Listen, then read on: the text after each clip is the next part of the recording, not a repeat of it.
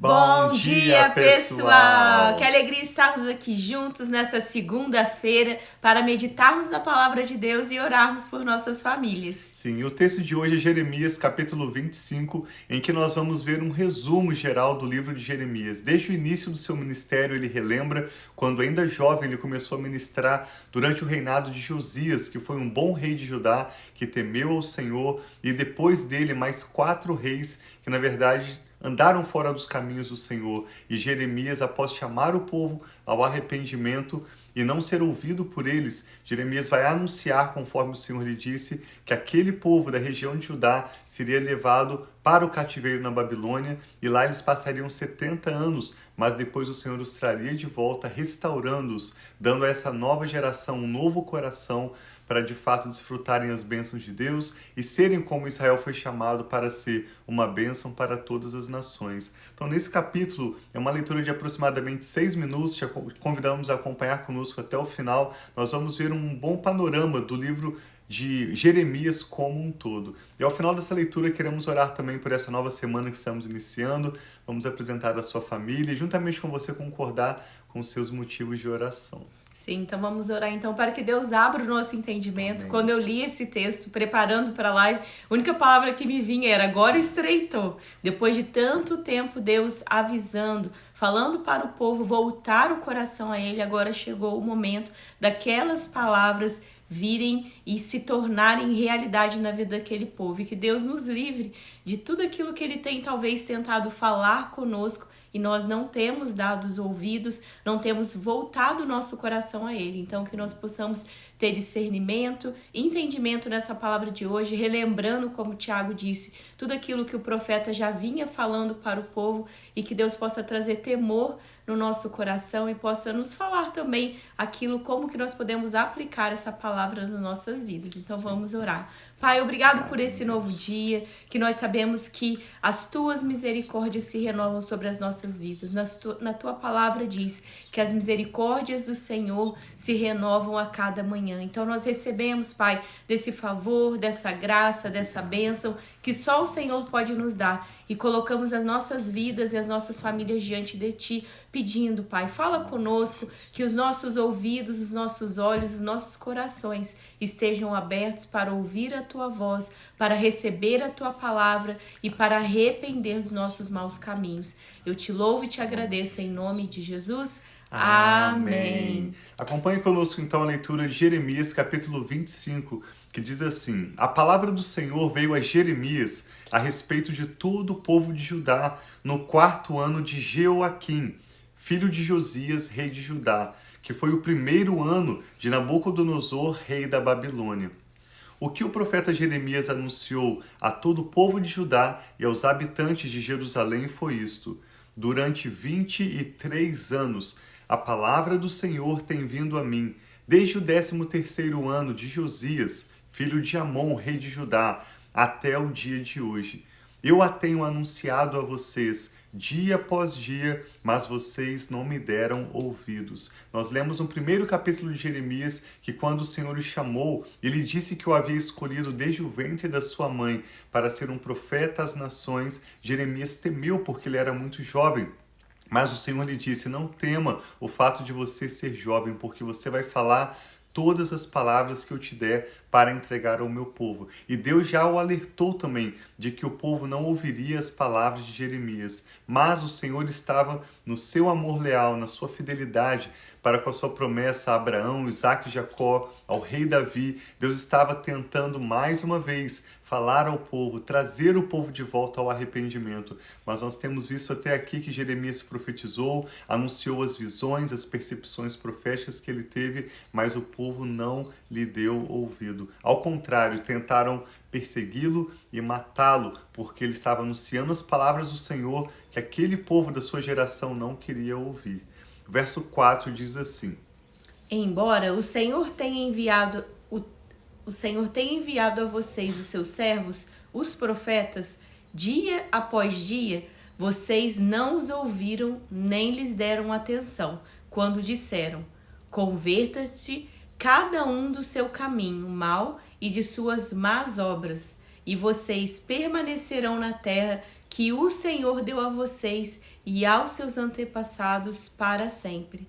Não sigam outros deuses para prestar-lhes culto e adorá-los.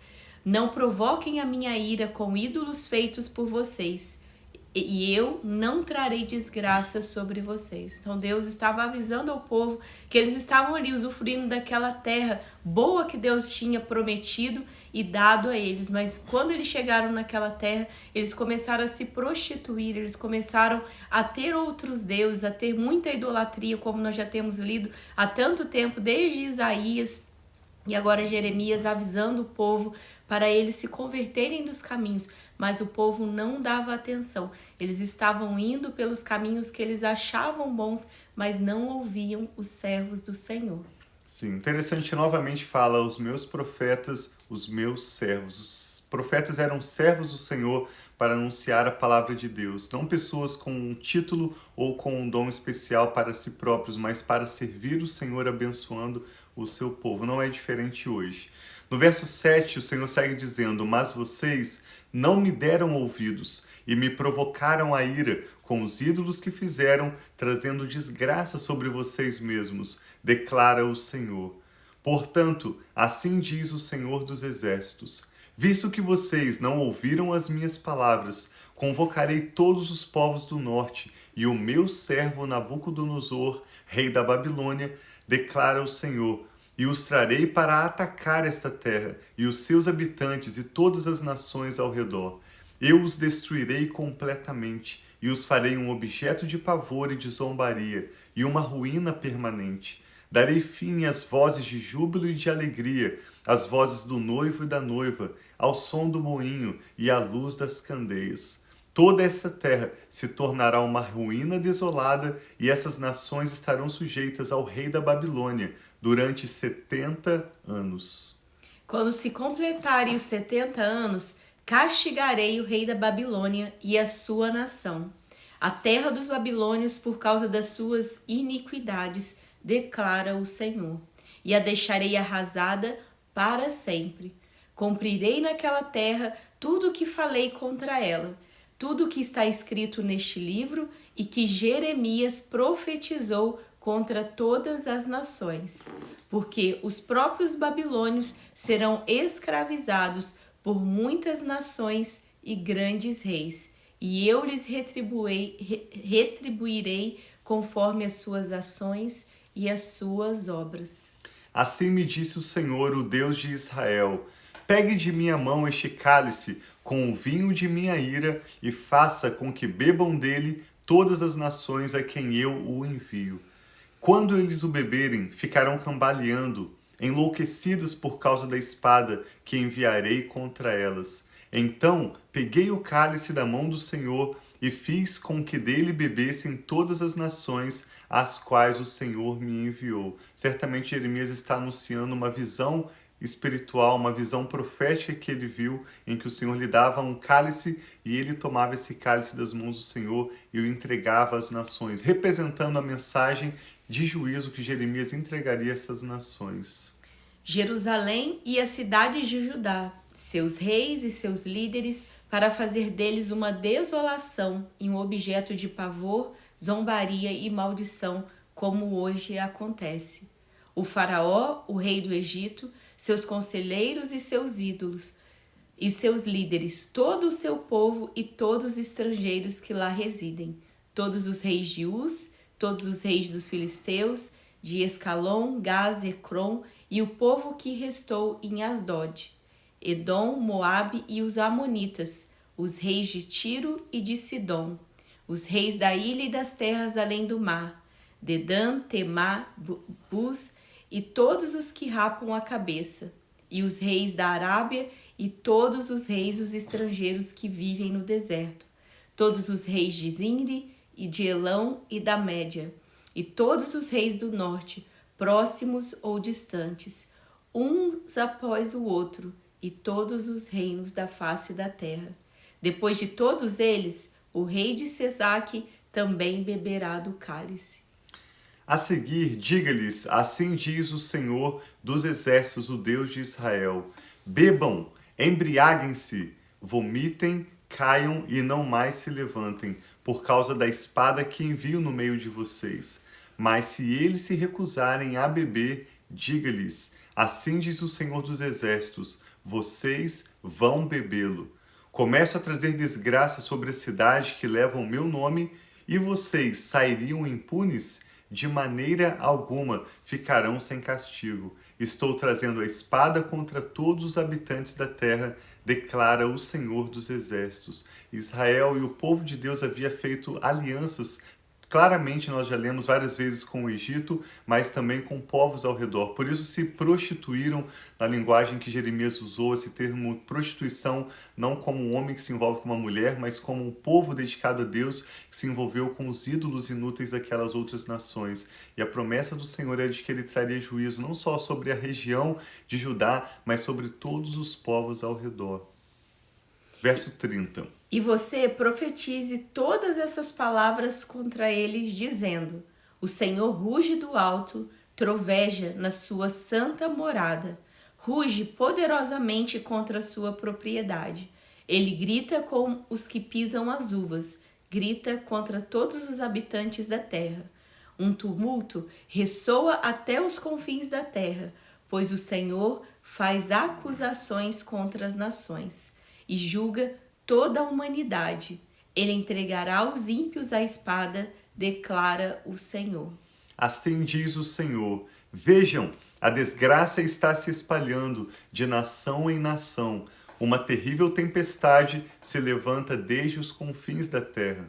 Naquele dia, os mortos pelo Senhor estarão em todo lugar, de um lado ao outro da terra.